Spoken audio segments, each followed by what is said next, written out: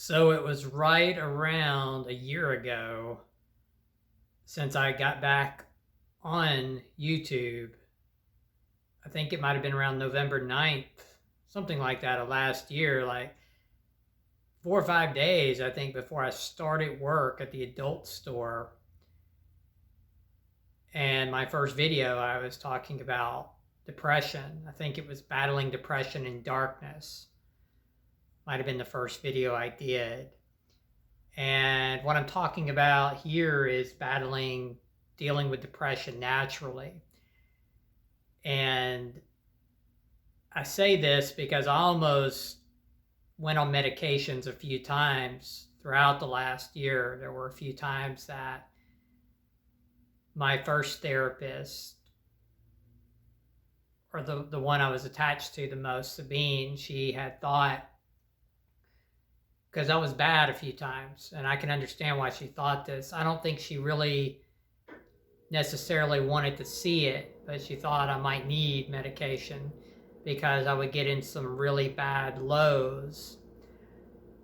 But I've managed to stay off of it because, to me, if I can do without it, I think it's better. And the reason is because I don't want to rely the rest of my life on an artificial type of way of being able to function, on something that has to alter the chemicals in my body or brain to be able to let me get by, basically have an artificial type of high in a way to be able to function. Does that bring real happiness? I don't think it can. It would just, for myself, I feel like I would be coping. I have done medications in the past. One of them was okay. I want to say when I was 17, I took Prozac, which had a really bad reaction. I would act in kind of a violent, angry way. And that wasn't good at all. And then in my early 20s, there was a point, I was having a really low point in my life, and a doctor gave me Paxil, and I became very passive in not caring what happened to me. From alcoholism to drinking and driving to staying out all night drinking to not caring what happened in any circumstance, really. I became very self-destructive. It became worse after I was on that. So it was like a passive ideation of whatever happens to me, oh well, whatever happens, happens. Very self-destructive. The only other one I took in the 2000s, mid-2000s, for probably 2 or 3 months, I took Lexapro. And it was after a bad breakup, and it got me over the hump, basically. And I had friends at the time where I was working. I had developed friendships with people in a ticket booth I worked in, and sometimes that wasn't so productive either. We were partying a lot, but I did get off the Lexapro. So since then, I've never taken anything for depression. And what I do now is I've really worked on myself. So I can give you ideas if you're somebody that deals with mental illness of any kind, personality disorders, bipolar, prolonged or severe depression, gender dysphoria. Gender dysphoria is probably one of my biggest obstacles, honestly. Because when it heightens, sometimes my depression heightens. But with depression, if you want natural ways to counter it, there are ways you can go about it. And what I do now, my daily routine, has been more like, if I can get sun, I've been getting more sun. It is, of course, so going into, well, with fall and winter, that can be more of a challenge. But I've been trying to get out to the park on certain days. You don't have to do it every single day, but if there's a day where you can get some sun for a little while, I would highly advise it. I wouldn't listen to propaganda about the sun being just evil and all damaging. I wouldn't bake in the sun. I wouldn't spend hours on end in it. I'm not talking about tanning, like laying out, let me just bake and tan in the sun. I'm talking about you need that natural vitamin D. I firmly believe, after my own experience with it, a pill isn't the same. It's okay to get the extra supplement in a vitamin, say a multivitamin. I take a multivitamin, but you're not going to get that same feeling. There's something about the sun that the way the vitamin D activates on your skin and in your body, the way it hits your eyes, and I'm not telling you either to directly stare into the sun. I mean, let's use some common sense, but I do look toward it, and I will get that sun toward my eyes to where it helps with vision and helps with me seeing clarity more, colors more, things like that. I have glasses because sometimes I used to have really good vision, even up close, but now up close, I can't remember if that's nearsightedness, but like things up close can blur sometimes. Sometimes it's better, some days are better than others, but with sunlight, it's better. I haven't worn my glasses in a while. And when I did wear them, it wasn't all the time anyway, but I haven't worn them in maybe a couple of months or longer. Not to say I won't need to wear them, but I try to read more. And the more I read, I feel like my eyes do better too. Natural reading, like of a book, a journal entry, and I'll read my journal entries too. I'll go back and read the one I wrote the day before or a couple of days before, and it keeps the eyes stronger, I find, if you can read more. These are things I've been trying to implement more in my own life, and when I tell you these things, I'm not telling you from a perfect standpoint either, because I'm far from that. These are just things I've been noticing that the more I do, it's easier to stay on a natural path to helping with the depression. So sunlight, nature, sometimes grounding in nature, barefoot. You can put your feet in the grass sometimes. You don't have to do it. Again, it's not something you have to do all the time. Do it sometimes. Just sit and meditate. Feet in the grass. You can put your hands in the grass. Touch a tree. Hug a tree. The more you develop your energy, you can often develop feeling the energy of the plant life around you. Everyone's going to have a different experience with this, just depending on how often you're doing it, how much time you're putting into it. If you're not hardly putting any time into it, you hardly ever do it, you're probably not going to feel anything from it. You have to dedicate something to it to get anything out of it. So I've been trying to do this more and try to avoid resistance in things. Like, don't force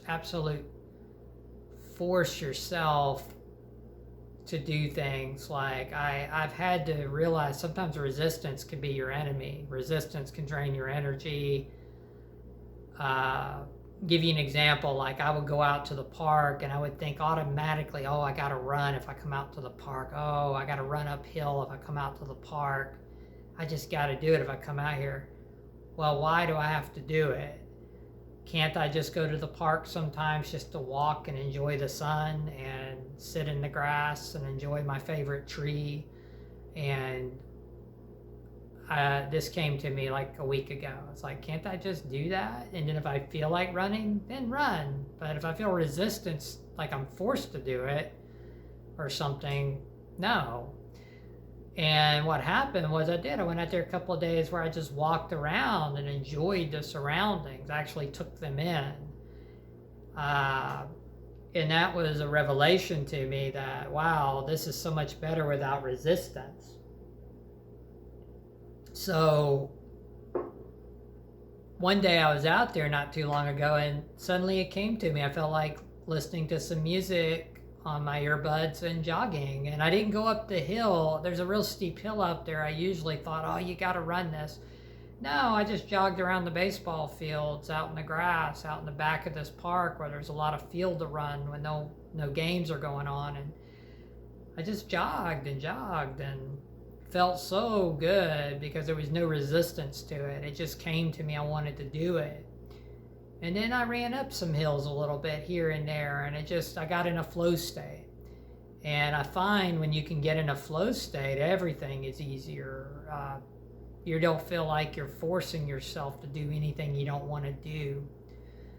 Another example I could give you of this with resistance is probably a couple of weeks ago, where my biggest vice right now, I'd say it's chocolate ice cream, has been Moose Tracks ice cream for like the longest time. I've been doing this for a long time now, where this has been a crutch for me. But if you take into consideration that it's better than me drinking, getting stuck on alcohol binges, or doing some sort of drug, or it's better than me edging all of the time, or going back into a corn addiction or something like that. The ice cream, actually, I usually eat better quality ice cream. So as my therapist Sabine, she used to tell me, she's like, of course she used to joke, she'd say to me, heroin, like you could be doing something much worse. But also she'd say, well, you're getting protein, you're getting some nutrition from that. And she's right. It wasn't like it's a super bad thing, but I could take that and like pretty much shame myself over that.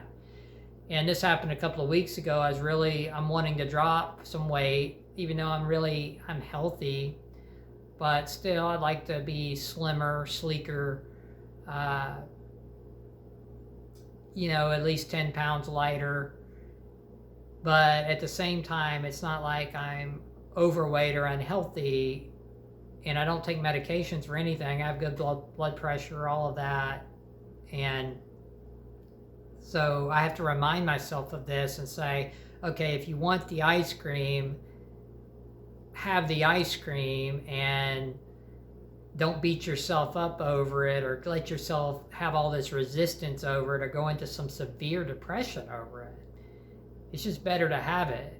And then maybe one day you won't want it, and maybe one day you will want it, and maybe there'll be a couple of days you don't want it.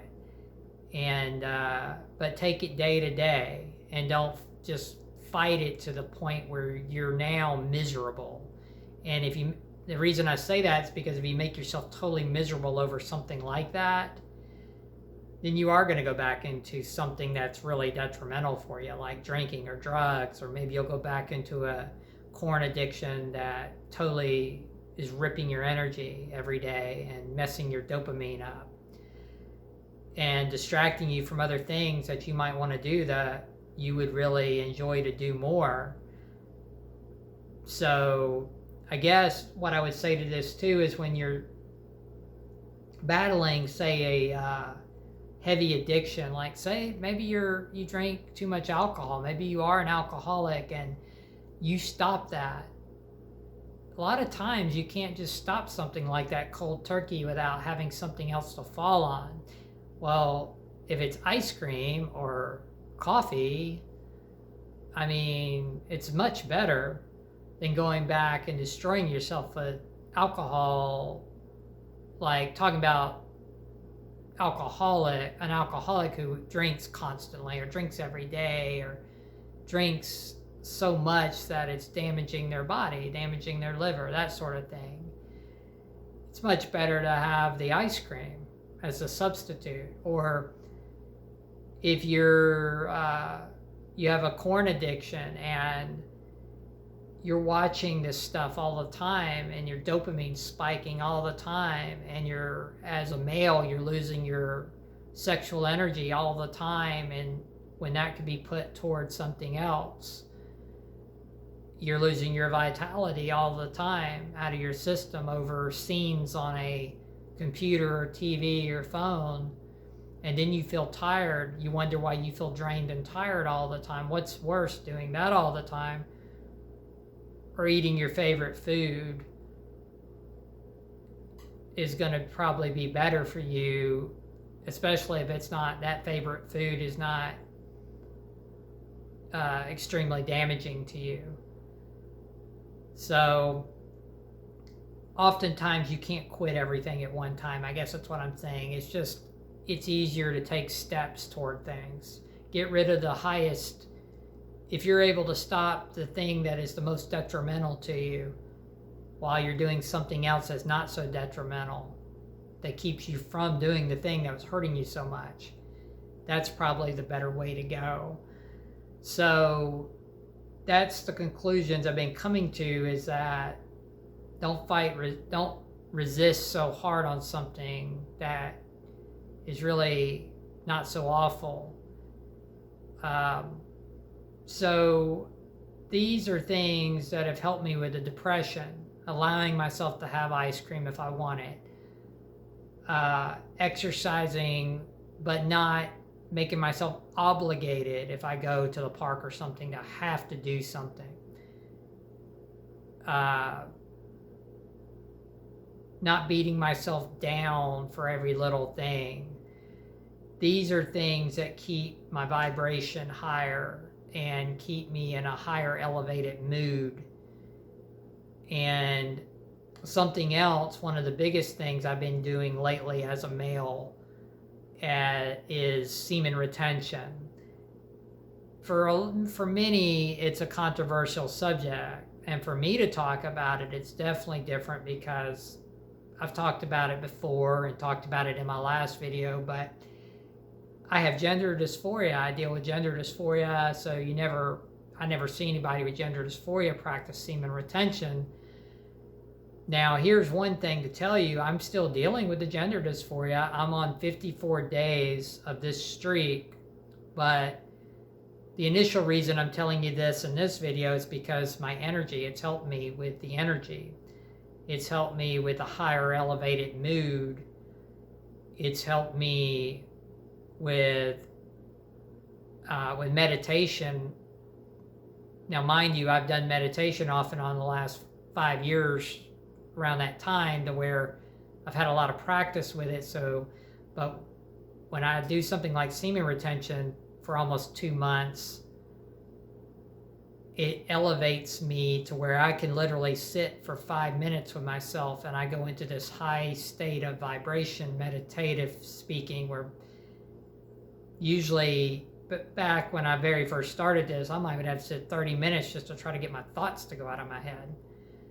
And it was very challenging, where I've had practice with this over time, but also with retaining my energy, sexual energy, vitality like that. I can go into that, like the high elevated trance-like meditative state with almost no thoughts interfering within a very short amount of time. And that helps as well. Helps with me being in the present moment. Present moment is so important, and it's challenging to stay in the present moment, where you're not constantly thinking of the past, and you're not constantly thinking of the future, and you're not constantly dwelling on this thing or that thing, or you're not constantly dwelling on everything that society might expect of you, because there's so much societal conditioning too that can come down on you, and that can be challenging to ignore. So I'll give you an example right now of that too. A couple of videos back, I've talked about leaving the adult store. You can watch those if you want. I won't go back through all the details, but leaving that job, I was there almost a year.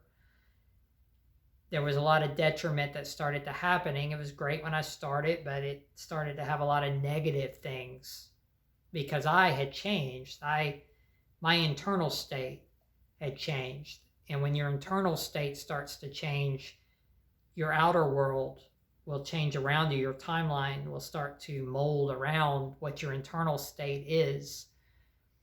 And I've seen evidence of this many times, to where things will start to change, and if they change in a certain direction, then you may get pushed out of a place where you're at, because your timeline is shifted around your new internal reflection of yourself. And that's what happened at the adult store. I was doing semen retention, working in an adult store, you know. Not many men would be able to do that. It's not that I'm bragging on it. It's just I've had a corn addiction before, I feel like. And I started doing this practice in the store because I'm trying to better my own mood naturally and better myself naturally the way I want. Well, it seems common sense to me looking back now why I would get pushed out of that environment, because my whole vibration started elevating above the environment. I feel like, I mean, from people coming in there addicted to corn, to people addicted to pills, things that are not good for their bodies, all of that, I could see it clearer and clearer. And there was hostility coming at me from the GM all of a sudden. And then there was a hostile employee hired by him that he suddenly became obsessed with. And I tried to stay there for a while because I feared safety, like with money. I feared, oh, what will happen to me? But at the same time, I wasn't safe working there. There was safety issues with my physical safety from this hostile employee. There was all the negative energy too of the people that were coming in there, and their energy. And it was keeping me in a certain level where I couldn't rise above. It was even more challenging. Even though I tried, like I'd get sunlight in the window there in the afternoons. I would spend time over by that window by the fish, because I believe animals can be good for us with a higher vibration. I tried to do things to counter it working there, but still with the environment, being around all the nudity with the DVDs and things that would challenge my own semen retention and things like that. And then dealing with a hostile employee, the hostile general manager, who used to be really nice, actually. That's like, okay, this is a sign. These are all signs I need to go. I need to trust my intuition. And it's hard for us to trust our intuition because we'll think of society, we'll think of exterior things like money, and we'll think of, will I have enough to get by if I leave this place? Will I be okay? These are valid concerns. We need money in this society to survive, but at the same time, sometimes things will improve in ways you wouldn't even think when you make a decision based off the signs you're seeing around you. And that's what I did. There was just one too many of those signs that happened. And I finally decided I wouldn't go back. And I did it in a peaceful way. I wasn't mean. I didn't argue with the regional manager when I told her. I just told her, look, I said, there's just too much here. I can't do it. It's weighing bad on me mentally, physically. And it was. I was shedding more hair all of a sudden than you normally shed. I think you're supposed to shed like 75 to 100 hairs a day is what I've read. I suddenly had more, I know, coming out. And as soon as I left there, okay, my hair stopped doing that almost within a couple of days. I felt better immediately. I felt safe immediately. I immediately felt things improve as far as stress levels, I started to do things immediately to improve myself in other ways. The semen retention journey got stronger. Like I said, I'm on 54 days now, and it's the strongest streak I've had. Even though I've went 100 before, I had like touching involved and things like that. I won't get detailed because of YouTube, but you can imagine. And this streak, I have not had touching involved. Now, have I had mental edging? Yes, because we're not perfect. And anyone tells you this type of journey is perfect, no. There's levels to it. Something I've discovered with retention is there's levels to the game. And I've had mental edging, mental thoughts that challenge me for sure. I've looked at models, social media models, but I have not went to corn. I have at times I looked at models as like a soft way of coping sometimes, and then I get off of it and don't touch or any of that, and I just keep going because I love this energy. It helps me. Does that mean I won't relapse? Does that mean I won't mess up on it again or whatever? Yeah, I mean, or I should say no. I mean, of course I can. I could relapse. I could go back into it. But if I do, I tell myself, you don't beat yourself up. But I do this because I see the benefits from it and how it helps me.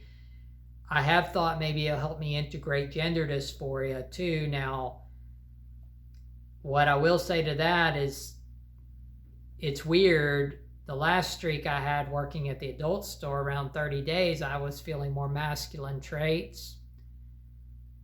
I do think I'm having a little bit more now on this streak, but I'm still having a lot of dysphoria on certain days.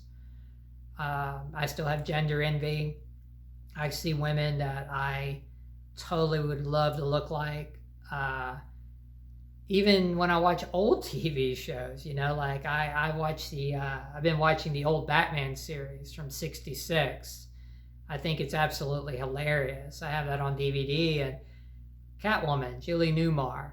It's like, oh wow, but I'm seeing it when I see things like this, I see it from being attracted, but also, oh wow, I'd love to look like Julie Newmar, how she looked in '66, or I watch modern shows, same thing, and I still have gender envy where I was like, oh, it'd be so cool to look like this woman and to wear those kind of clothes and to do that. I go through that. It hasn't went away. Gender dysphoria is one of those things I wish I could tell you still what to do about that exactly. I don't know. All I know right now is the things I've been doing have been helping me with the depression more. And when I have looked at models or I've had mental thoughts, I don't fight that either. I just kind of pull back and I say, well, you really like this energy from retaining. You don't want to fall back. You know what it feels like when you lose that energy. I've actually not lost semen like at all in over a year, but I was edging a lot and I was losing a lot of energy and pieces of myself through the edging. And I found since I quit touching and doing that and go on day-long streaks and not doing any of that, my energy is just, it's crazy how it elevates. Does it mean I still don't get depressed? No, because with semen retention, there's also flat lines, meaning you can get anxiety from still wanting to go back to the habits of what you were doing. You can still get thoughts of, hey, you get those intrusive thoughts of, hey, why don't you just go back one time and do that? Or, hey, you know how good that felt, but I also know how it felt to be drained of energy and how it would just make me like a lump on the couch and not want to do anything. See, and I try to remind myself of stuff like that. I think when you lose that energy all the time too, you age more. I think there's evidence that you might. I mean, some people say, "Well, where's the evidence?" I guess I don't have solid evidence I can show you. But I just my personal beliefs. I think it can age you more, and drains your life force. I mean, this substance creates life. So to me, out of all the experiences I've had over the last 5 years of going off and on with doing it, I've just seen a lot of what other retainers have cited as evidence. This is something all I can say as a male, if you would have to try it for yourself. I'm certainly not going to listen to people tell me when they've never tried it and try to tell me it don't work when they can't do it at all, or they've never tried it. It just don't make no sense to me to give me advice on something you can't do yourself or you've never tried or attempted. And I could see I could see the different experiences I've had from it. Now, as far as leaving the job, what's happened to me since then? How have I stayed elevated in this mood more often? I have had some depression. Like I said, I've had some anxiety with the retention here and there. That's normal for that to happen. I've had a little bit of depressive withdrawal, and that's when I'll eat the ice cream, which I feel like is a better replacement than going back to a corn addiction or something like that. But as far as not having a job, I was never rich to begin with, and my debt is small. I have some credit debt, a little bit, but my bills are very minimal. I live minimally. I own my car. I have very low rent. Did this set me behind a little bit? Yeah, but in the scheme of things, I don't see it as that bad because I've gained in a lot more areas since leaving that store. I've gained more energy overall, even though I've had some depressive episodes. I've taken better care of my physical body since I left there.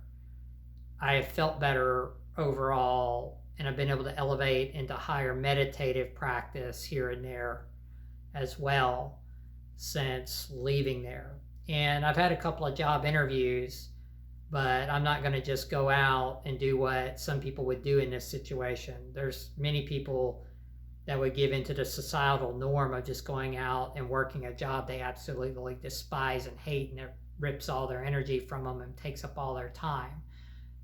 That's not what I will do. I'll take another part-time job like I had, except it won't be an adult store. That was tempting too.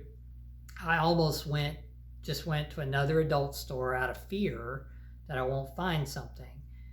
Fear can be your worst enemy. And I was like, no, I'm not going to do that. I just escaped this energy. It's just going to be the same energy because my internal landscape has changed. It'll be the same thing trying to work in another adult store. And so I went on an interview at this boot store, which was interesting. And I ran into, this shows you, hey, you can run into people. The world is weird of how you can be in a big area and run into somebody in a place you would least expect. What are the chances of running into somebody? And I ran into an elderly German lady I used to work with at the Wax Museum that's near here in Pigeon Forge. Well, I could get along with her sometimes, but she was very toxic most of the time. She could be very hateful. And she got fired from there.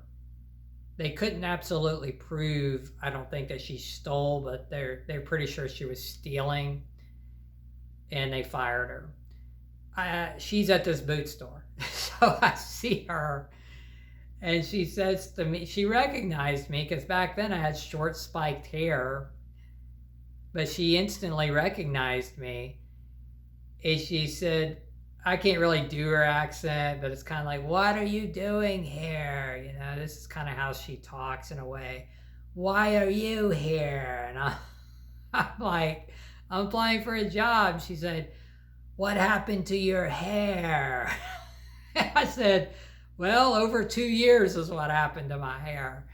And the boss that interviewed me, he was a nice guy. He said to her, he said to me, joking, he acted like he was joking. He said, was she always mean to you like she is here? And I'm thinking he's not really joking because she was mean. And I said, oh, yeah. I said, you know what? She has a unique personality. She's like, oh, yeah, unique personality. I was like, oh, my God. But I would have been working in the stock room there. So she's on the sales floor. But there's a couple of things, and I followed my intuition here too. They didn't call me back anyway. But I was thinking this would not be good because what am I going to do? I'm going to work with a toxic employee they hired that obviously I think they recognize she's mean. So I'm back into a old paradigm, really. There's an old energy with that. And then the stock room just seemed miserable, had a miserable energy. The lady was nice that showed me around in there, but there's just this weird energy. And you pick up on that kind of stuff more and more if you can elevate your vibration and your frequency and follow intuition. You can pick up on energy of a place more, pick up on people's energy more. If you've worked on yourself more, you can pick up on these nuances more often. I've noticed when I'm not in that energy and I'm doing all these detrimental things to myself, I lose most of that. I've noticed I can lose a lot of that because I fall down into the vibration of those people that are in places like that and often can get pulled into things that aren't so good for me. Like I give you another example. When I left the adult store, I was conversing with one of the women who worked day shift, and I've talked about her on here, I think. She had an alcohol problem. She wasn't the best employee, but me and her started to get on more because we were being both abused now by the GM and the employee he hired. It was really hostile. So she still would call me after I left there, but her energy was just so low. And if I would have in any way became closer friends with her and say hung out with her or anything like that, I don't know how that would work without me getting pulled into her negative polarity, which would mean tempting me to drink.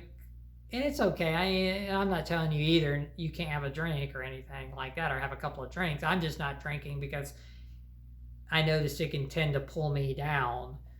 And that doesn't mean I won't have a drink again. It's just lately, I haven't had one since going on this latest semen retention streak. So 54 days. But with somebody like her, I'd just be pulled right back down. It could happen into drinking. She's taking her Xanaxes and drinking, and she interrupts you all the time when she's talking. She can't keep any kind of coherent conversation going. You're talking to her about something, she interrupts you, and she goes off into something else. Totally distracted all the time. And she was obsessed, even though she left the job too, she was obsessed with it. She's telling me how she drove by it and was looking to see who was there. And it's just, oh man, this is not good. So I quit talking to her. This is something else. If you heighten your energy and you get into a place where you're trying to change your own timeline and you're trying to change your life circumstance, you'll learn to do that too. It was hard for me to develop that skill because of codependency, and I still fight with that sometimes, but I've come a long way where you can cut someone out of your life.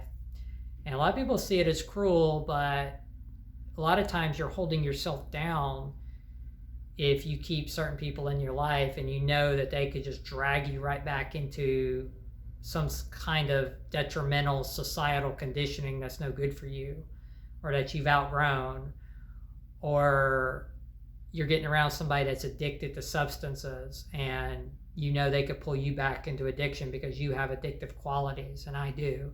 I can be pulled into that. So I cut her off, and then I've done that recently with another lady I used to talk to from the wax museum. She had so many negative things going on too that could have easily pulled me under. The guy in California I was friends with over 20 years, always talking me down, even though his health was total crap. He was slightly older than me, but he was always trying to give me advice when he was having all kinds of issues with his health. He was obsessed with money. He was obsessed, him and his girl were obsessed with competing with their neighbors over their home and their belongings and all kinds of crap that I just, to live in his world as a friend, this is the stuff he was about, and I'm not about.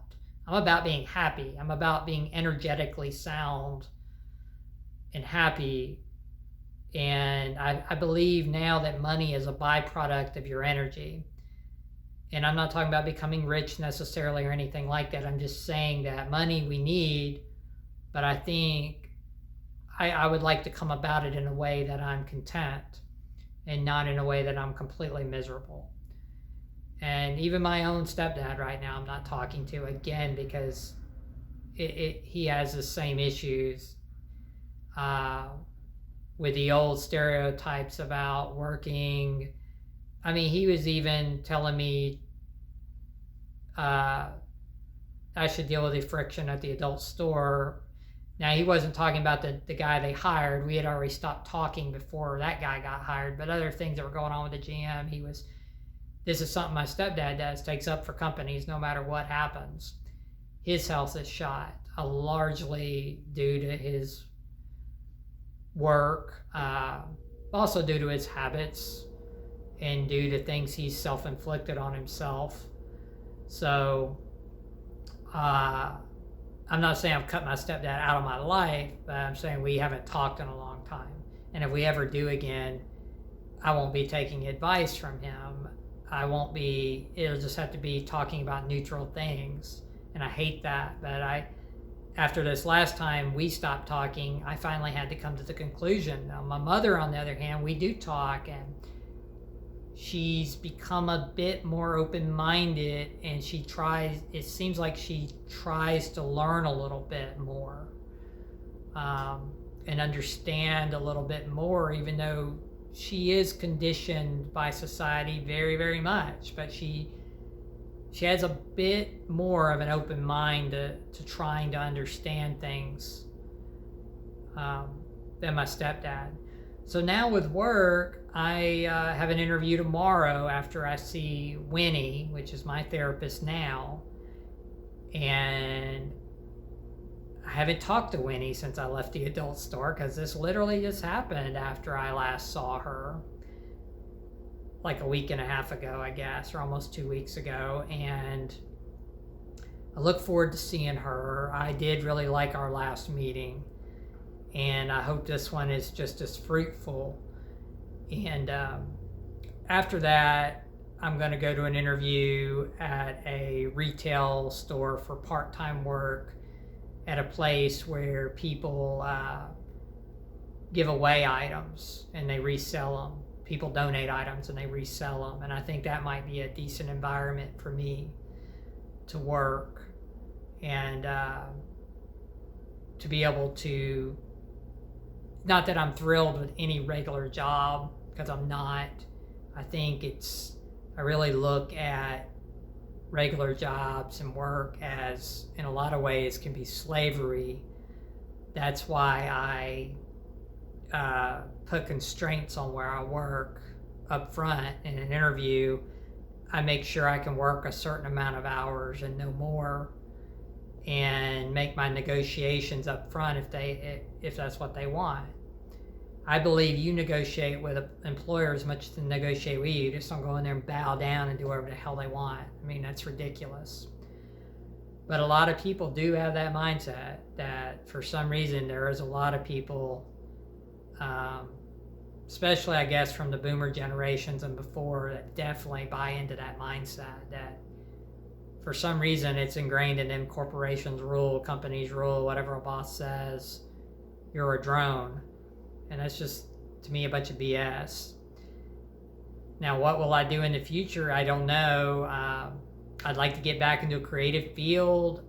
I like the arts and I like acting and things like that. Do I know how I would get back into that? I don't know. Interestingly, I picked up my guitar and I did try to play it some, and I can, of course, playing guitars like riding a bike, you don't completely lose the ability, but you get rusty, and there are things that if you had developed at a higher ability, you can lose, like lead guitar playing and stuff.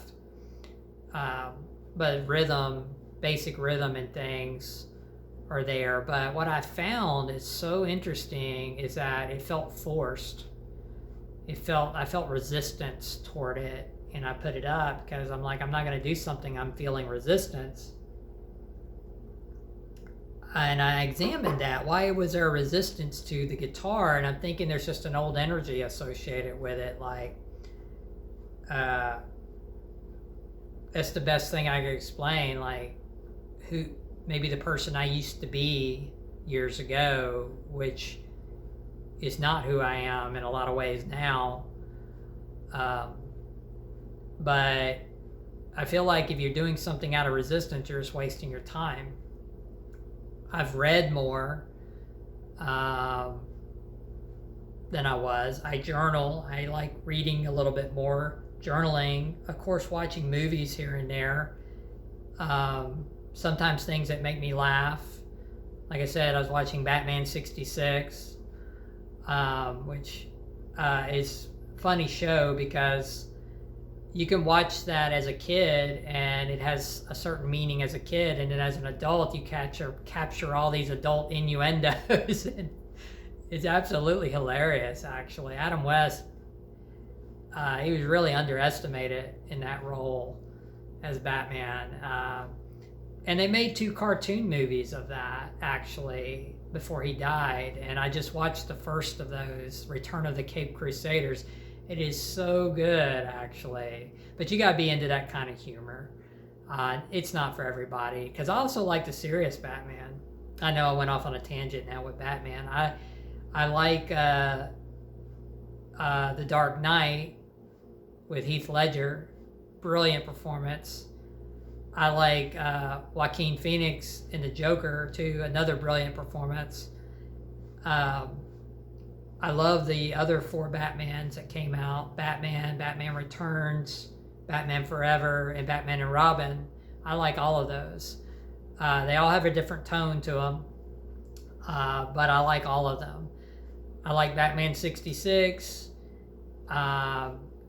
There's 2 mini-series from the 40s, too, I have on DVD that are interesting.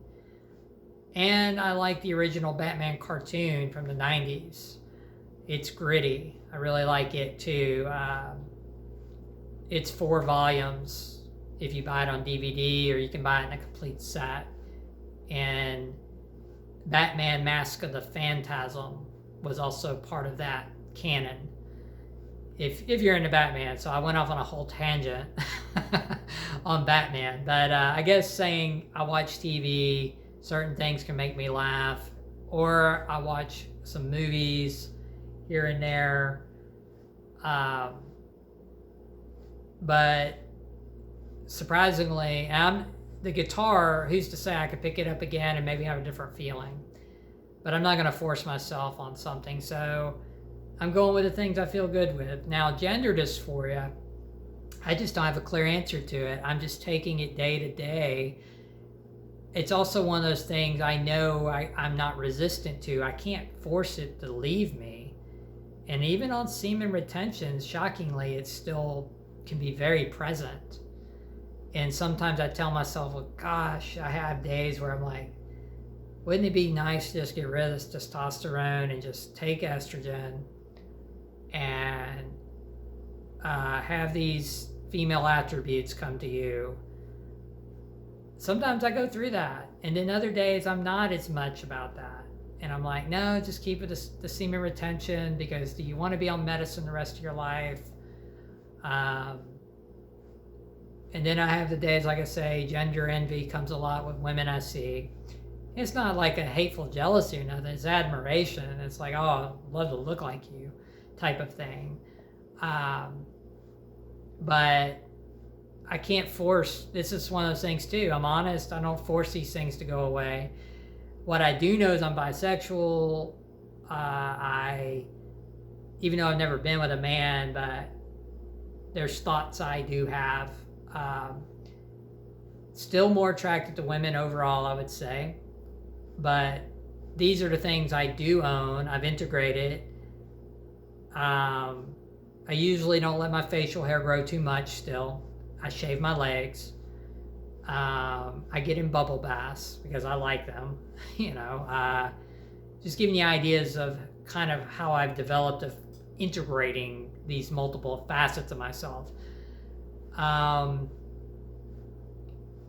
So I don't know. I just try to integrate the female and the male right now and take it day to day. Exercise is the same way. Some days I get gender dysphoria if I do too many push-ups. And then other days I want to do more push-ups. Jogging and running is more consistent for me. Jumping jacks. I have managed to be able to do a plank for, I think, 3.5 minutes. So I'm in decent shape, even though I could be in better shape. So anyway, the gender dysphoria I just take a day at a time and all this other stuff. But anyway, I was mainly just saying how you can deal with depression naturally, if that's something you want to do. There are ways to do it. Like I said, nature, when you feel like working out, work out. Oh, and eat better. I eat ice cream, but I also mostly eat healthy. I eat a lot of eggs. I eat edamame, soybeans, which can boost your estrogen in a male body a little bit, but not enough to feminize you. But just so you know, soybeans, I think, can it's been said soybeans can bring the DHT down, a form of testosterone, a little bit in the male body, which can be beneficial with hair loss. Women can face that too. Sometimes their estrogen levels go down, and DHT can affect a woman sometimes to have hair loss. Soybeans, soy can help bring down DHT, but edamame is great for you. I also eat soy sauce. I put it on eggs. I put it on rice. If I eat rice, I'll put it on different stuff now. You can eat fruits. You can eat some veggies. But I guess my point is, I eat more healthy than not, even though I'll have ice cream. So anyway, these are some things you can do if you want to do them. I just thought I would share with you all kind of what my journey's been like lately. And I'll talk to y'all later on. Bye.